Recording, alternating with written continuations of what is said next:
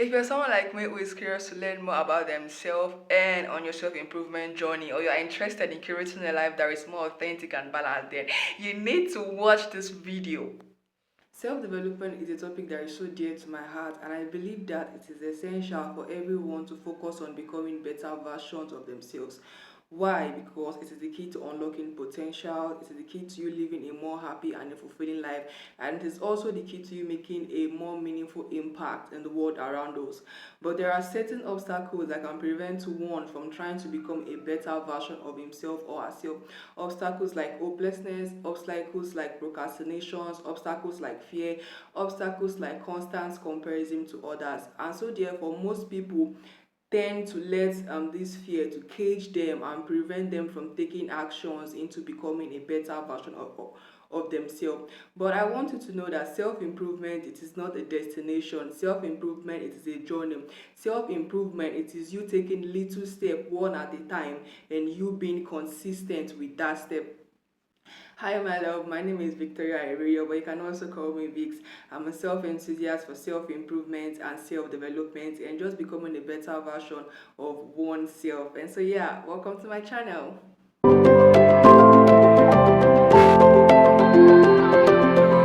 Today, I'm going to be sharing habits that are powerful for one in his or her self-improvement journey.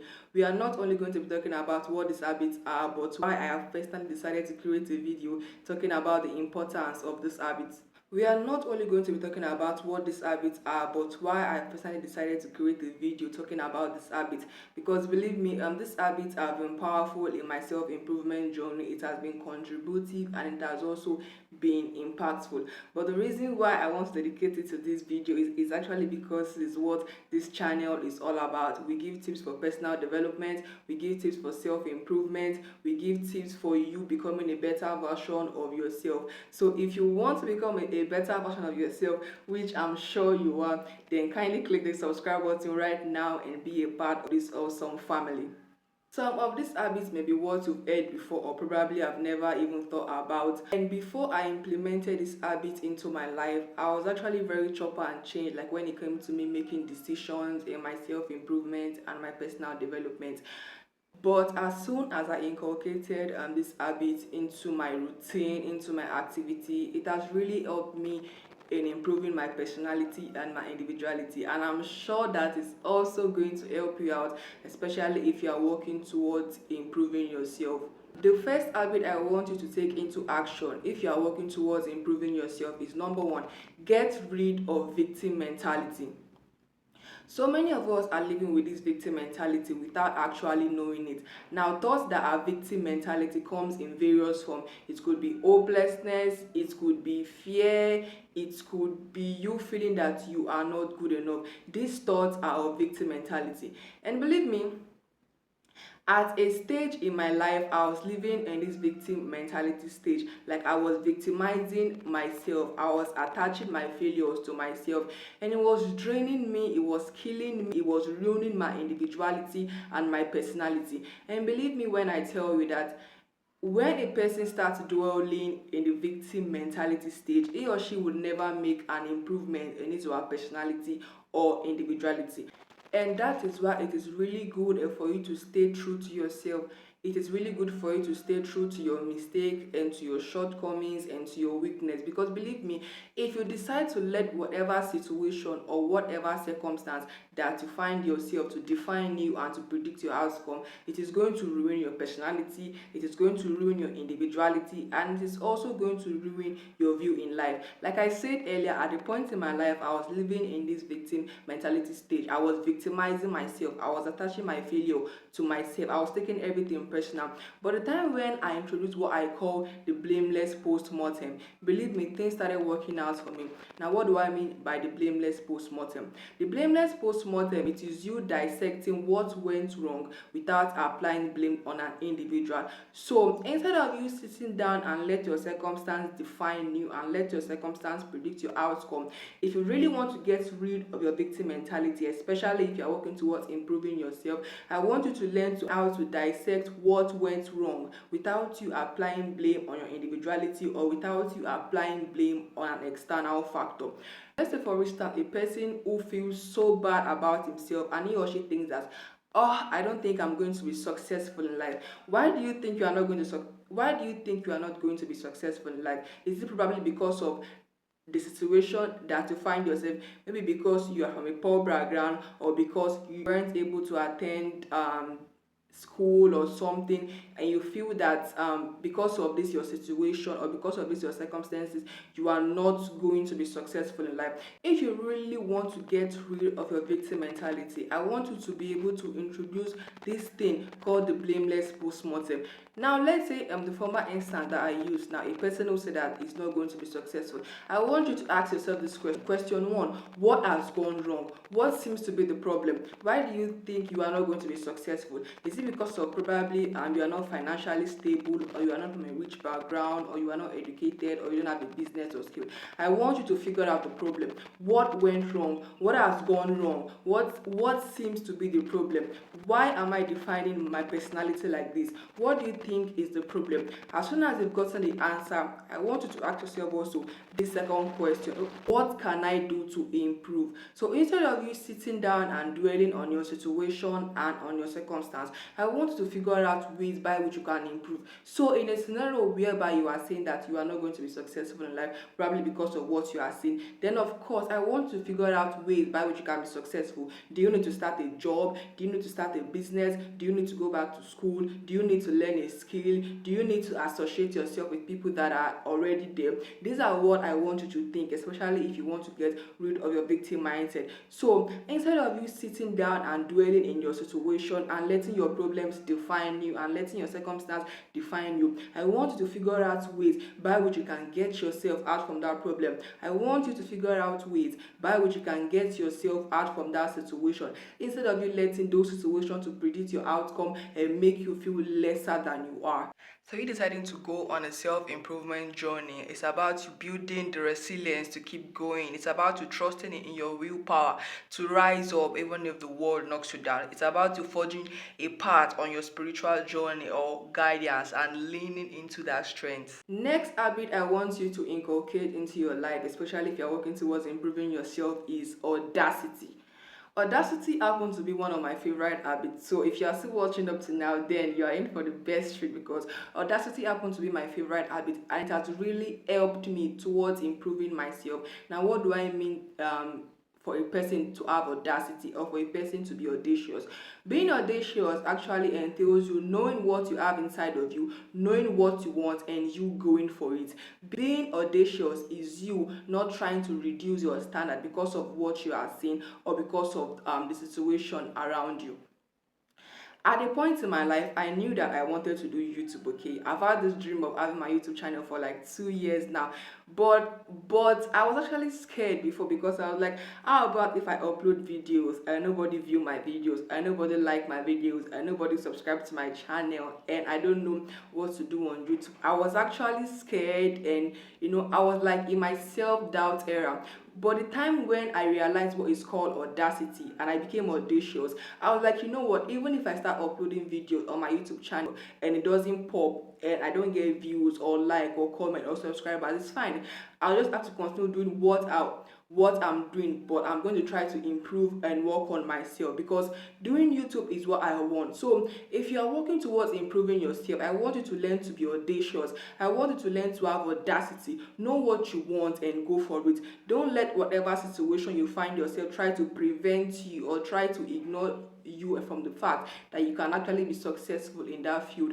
I want you to know what you want, know what you desire, know what you have inside of you, and go for it. I was watching a YouTube video of one of my favorite YouTuber actually, and she was like, there was a particular day when she woke up and she went to update her bio on LinkedIn, and she added that she was a public speaker. Now, don't get me wrong, she had never spoken in any public event before. All she does was what I'm actually doing, and just set up a camera in her house and take videos of herself and upload it on YouTube. That was what she was doing. But because she knew that she could speak, but because she knew that she was knowledgeable, she went to her bio on LinkedIn, updated her bio to she was a public speaker, and 3 days after she updated her bio on LinkedIn, LinkedIn. A brand actually reached out to her and they were like, okay, sis, we want you to speak in our event since you say that you are a public speaker. And she went to the event, she spoke, the brands, they were so impressed and they offered her a 5-figure deal. Now, it all started from her being audacious. It all started from her audacity. So if you're working towards improving yourself, I want you to have audacity. I want you to be audacious. I want you to be courageous. Know what you have and go for it. If you also happen to be in the category of a person who knows that, okay, you know what, I've been made for greatness, I've been made for great things, then fine, work towards achieving those greatness. Don't let your situation define you. Don't let your circumstance define you. Don't let your background define you. So if you're working towards improving yourself, like I said earlier, I want you to be courageous. I want you to have audacity. Know what you want. Know what you have inside of you and go for it. While I was dwelling and wallowing in my self-doubt area if I should create my YouTube channel and wondering if I was going to be successful, I didn't let those kind of thought get me, because at some point it was, it was lingering and it was lingering, and one day I came to reality and I was like, you know what, I'm not going to know how YouTube be if I don't decide to go into YouTube. That is what you call being audacious. And you know what you have, and you don't let your self-doubt prevent you from going for what you want. You don't let your self-doubt or your self-esteem prevent you from going for what you want. The next habit I want people to take into consideration, especially if you are working towards improving yourself, is be wary of band-aid solution. Band-aid solution, because concludes, like, let me tell you a secret. Band-aid solution, they are the gateway to bigger problems. Now, what do I mean by a band-aid solution? A band-aid solution is an external factor that people are so focused on, and it's superficial, and it does not get to the core of a problem. For instance, a broken young lady who thinks that she can be made whole or complete if she decides to get into a new relationship with a new person, and she ignores the problem and she ignores those things that actually broke her, and she thinks that by getting into a new relationship with someone is going to repair her. It is also going to make her feel loved and whole. Believe me, that kind of thought is coming from a place of lack. It's coming from a place of want, because your problem won't go away if you decide to ignore it. Of course not. That problem will still be there. The problem might look like it went away for some certain time, but it's going to come back with reinforcement, and you do not want to see a problem like when it comes back to you with reinforcement. So in a situation where you are faced with a problem, I want you to face your problem head on. I want you to face your problem head on, and do not try to get yourself involved with band-aid solution, because believe me, band-aid solution, they are superficial. Band-aid solution, they are temporary. Band-aid solution does not get to the core of the problem, and band-aid solution is not going to last long. It is a gateway to bigger and huge problems. The next habit I also want people to focus on is that self-awareness is key. And listen to me when I say that self-awareness can't be learned, okay? Self-awareness, it is you knowing your goals, it is you knowing your dreams, it is you knowing your motivations in life, and also for you going for it. Just like I said earlier, I knew that I always wanted to do YouTube because YouTube has been like my dream. So the time that I figured out what I wanted to do, I actually went for it. I actually went for YouTube. So if you are working towards improving yourself, I want you to know your goals and your dreams and your achievement, and I also want you to go for it. I also want you to go for your dreams. I want you to work towards achieving those goals. Don't just know them. I want you to also work towards achieving them. So if you're working towards improving yourself, I want you to have self-awareness.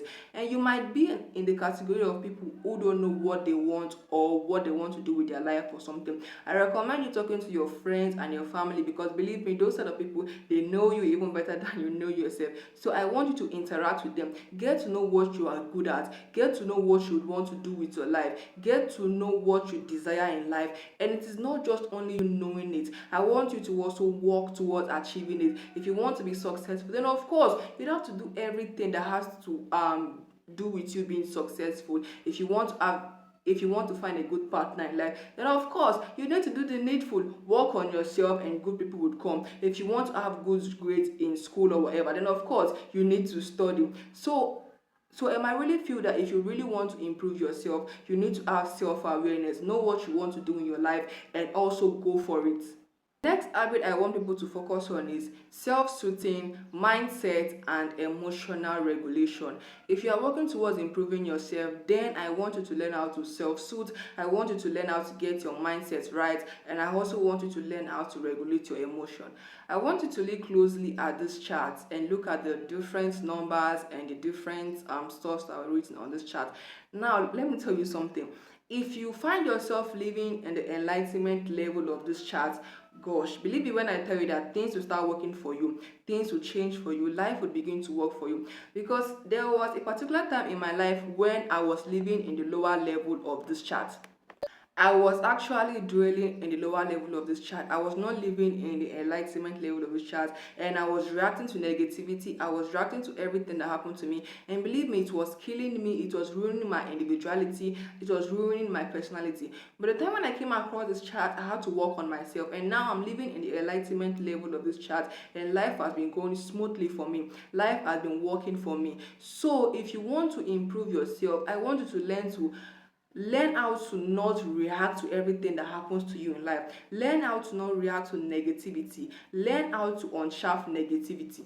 And these are quick tips for working on your mindset, especially if you are on your journey towards self-improvement. I want you to show gratitude towards every little thing that happens to you, every little milestone that you were able to climb, every little dream or goal that you were able to achieve in your life. I want you to show gratitude for those little things that you were able to achieve, or those little things that you were able to do. Because believe me, once you show gratitude for those little things that you were able to do, it's going to give you, the courage and the willpower to exactly want to do more. So those little things that you were able to do, I want you to be to show gratitude and to just be happy towards them.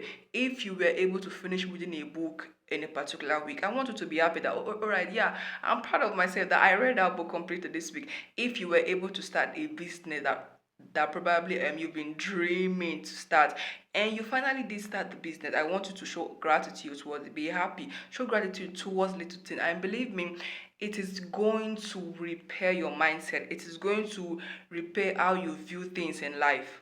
And so yeah, that happens to be the end of today's video. Thank you so much for watching up till this time. I'm really grateful. Thank you for not leaving the video halfway and running away.